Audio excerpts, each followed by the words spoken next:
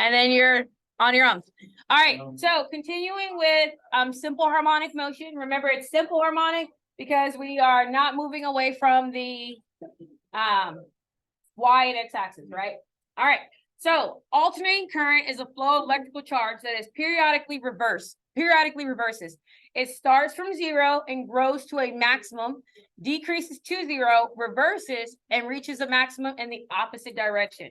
Returns again to 0 and repeats the cycle indefinitely. The time taken to complete one cycle is called the period, and the number of cycles per second is the frequency, okay? The standard in the US is 110 volts and 60 cycles per second. The usual 110 V household alternating current varies from -110 to +110, okay? So first thing we're gonna do is kind of talk about the word that is bolded, and that is frequency, okay? Frequency is, we're gonna describe it as it's your cycles over your seconds. So how long does it take for the pattern to repeat? How often? So your frequent, I wrote frequent, not frequency. So your frequency equals your cycles over your seconds or over your time that's given, right? So for this problem, what is our frequency? 60 cycles per second. Okay. Now, our frequency relates to our period. Your period, this is when you're given the frequency, you're giving your period. Your period equals the reciprocal of your frequency. Okay, the period is the reciprocal of your frequency. So for this problem, if our frequency is 60 cycles per second, what is our period? 1/60th. So we now know that P equals 1/60th.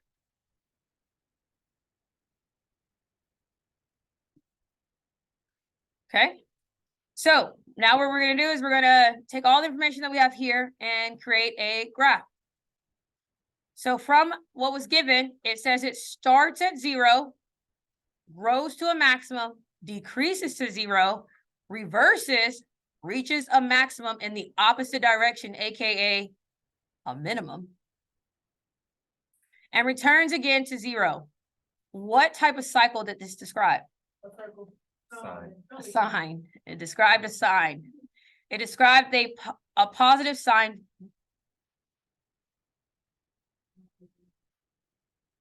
Okay. So when we are graphing this, we're going to label everything. So we know that our x-axis represents our time in seconds. That our y-axis represents our voltage, our volts, our current. Got some words, a letter in there. So that represents our current in volts. I wrote that backwards, but we'll roll with it. Okay. So we know that our period, how long does it take? 1/60th. So it's going to end at 1/60th. On our volts, what is the range for our volts? -110 to 1. Perfect.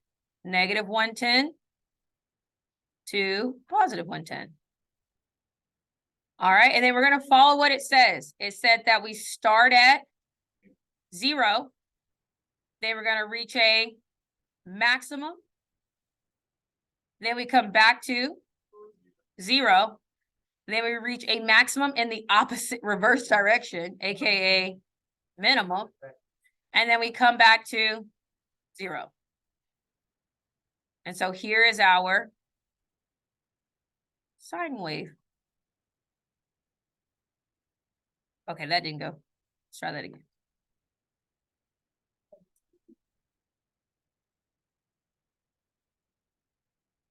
All right. So from here, what is halfway between? Anyone? What's our halfway? What's half of 1/60th? 30. Close. 1 and 1/20th. So that's where this is at.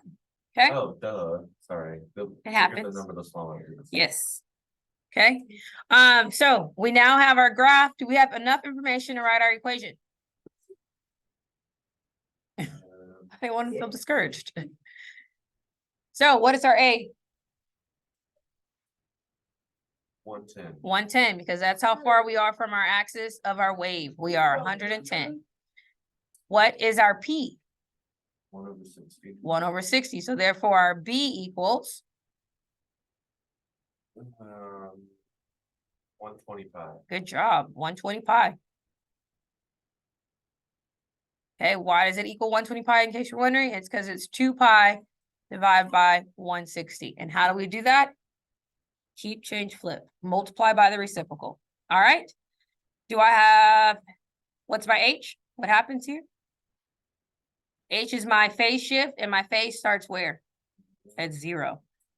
And K is my axis of my wave, and my axis of my wave is also 0. All right, so what does our function look like? F of x equals 110 sine 1/60x.